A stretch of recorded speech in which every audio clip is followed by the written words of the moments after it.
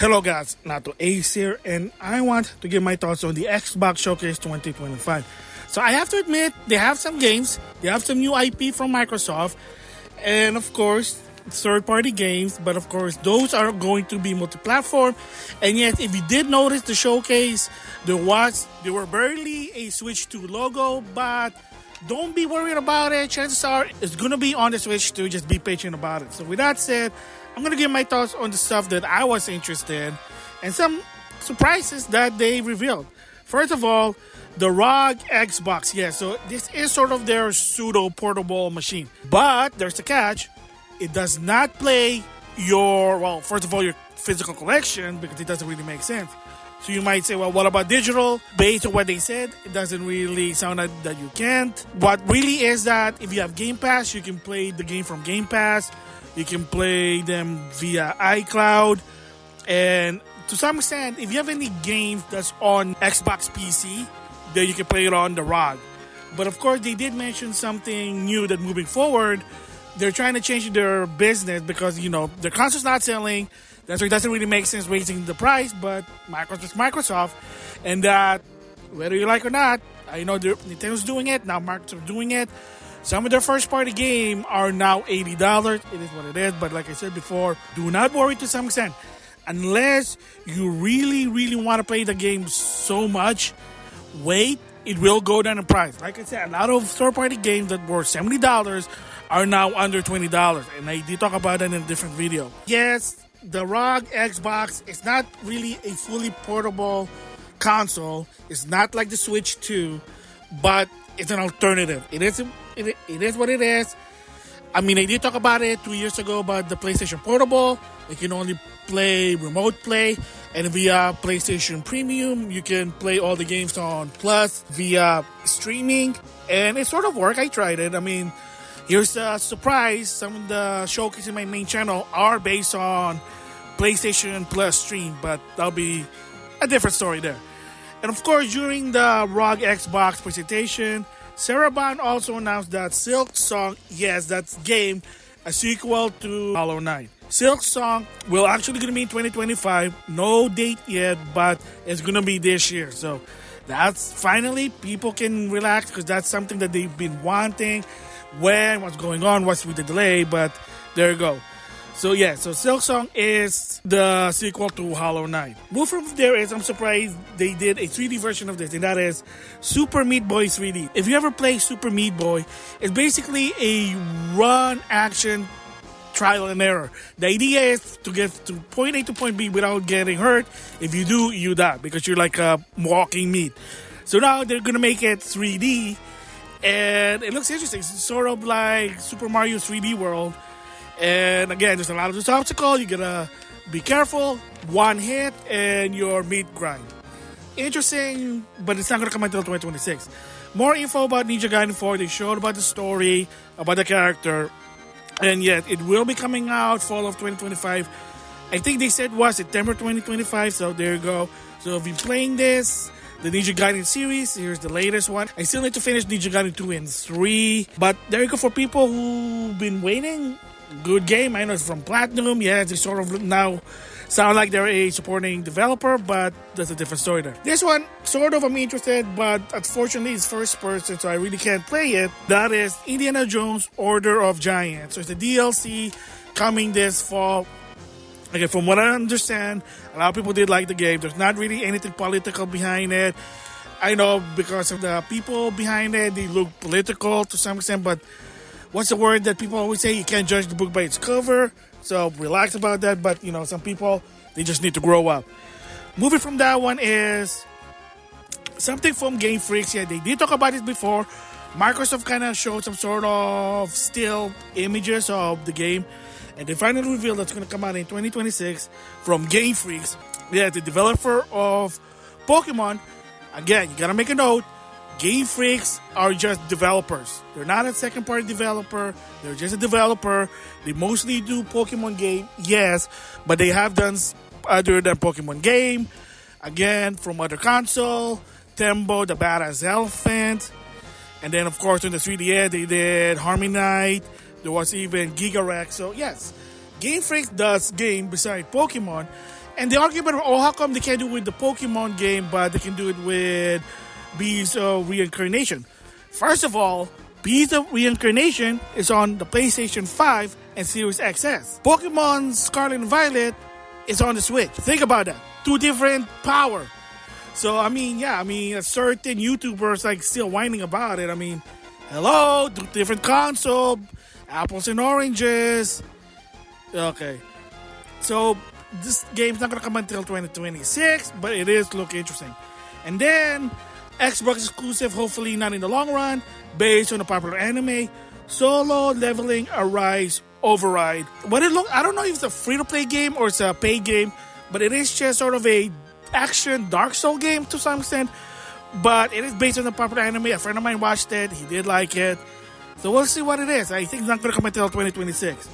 And then, this one I thought first was Pal World, and then apparently from a new developer, Animo. It's basically an RPG, Pokemon-style fantasy game.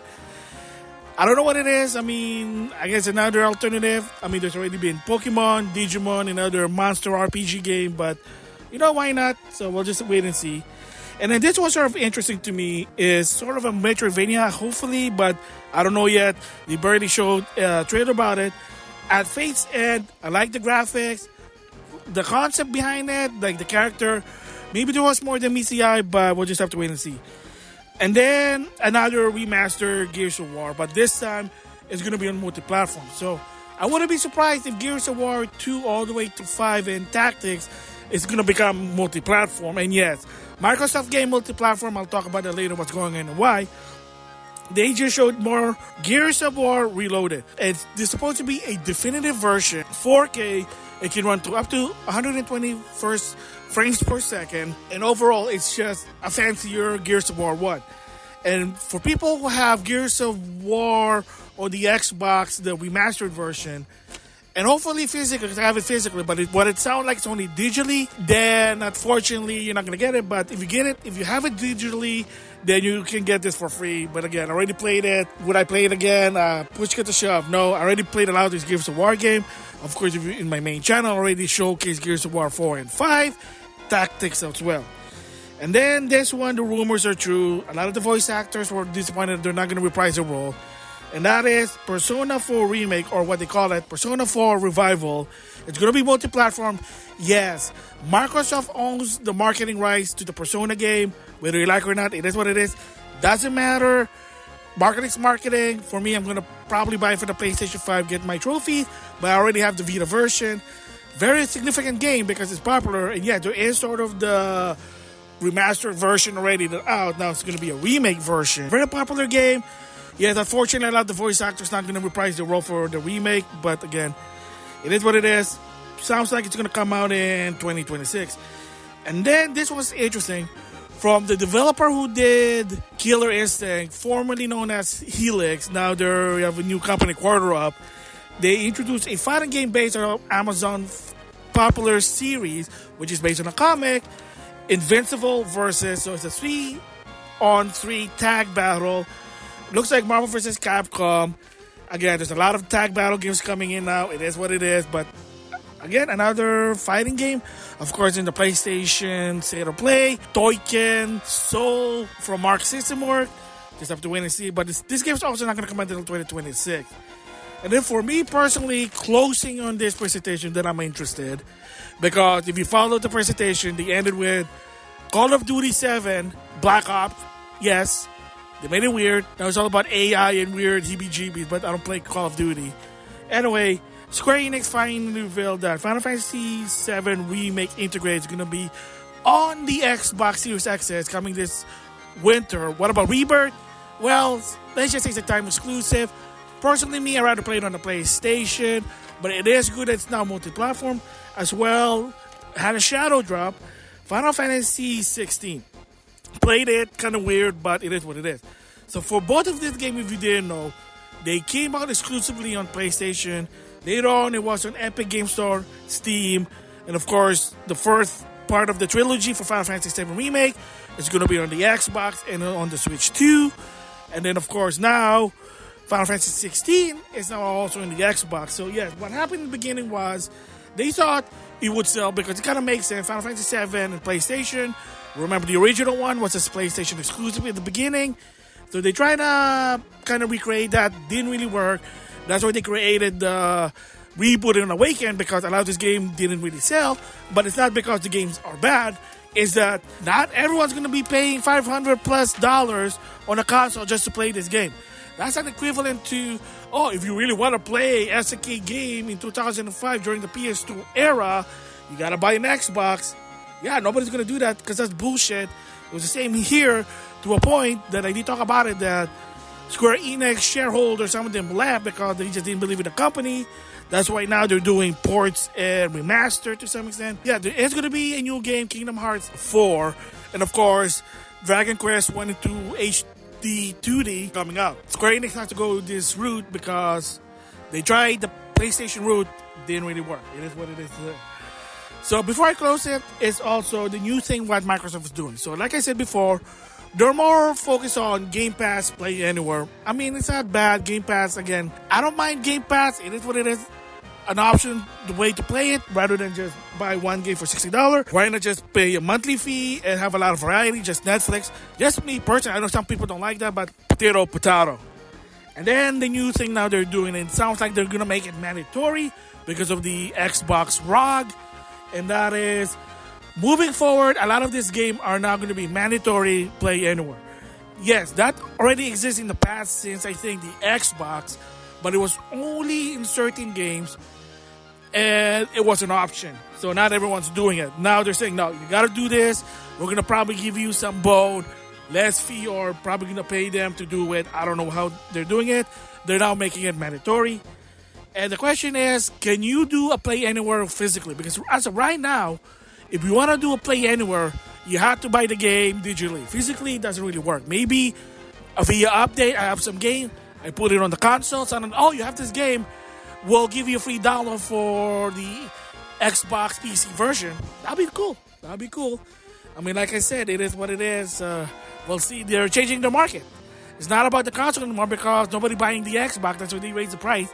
Sound like they don't give a shit. It's all about, you can play it anywhere. You can play it on the ROG, you can play it on Roku, stream, PC, maybe on other consoles eventually. I know they've been trying to, but the competitor said, heck no. So who knows? So that's one of the new market now.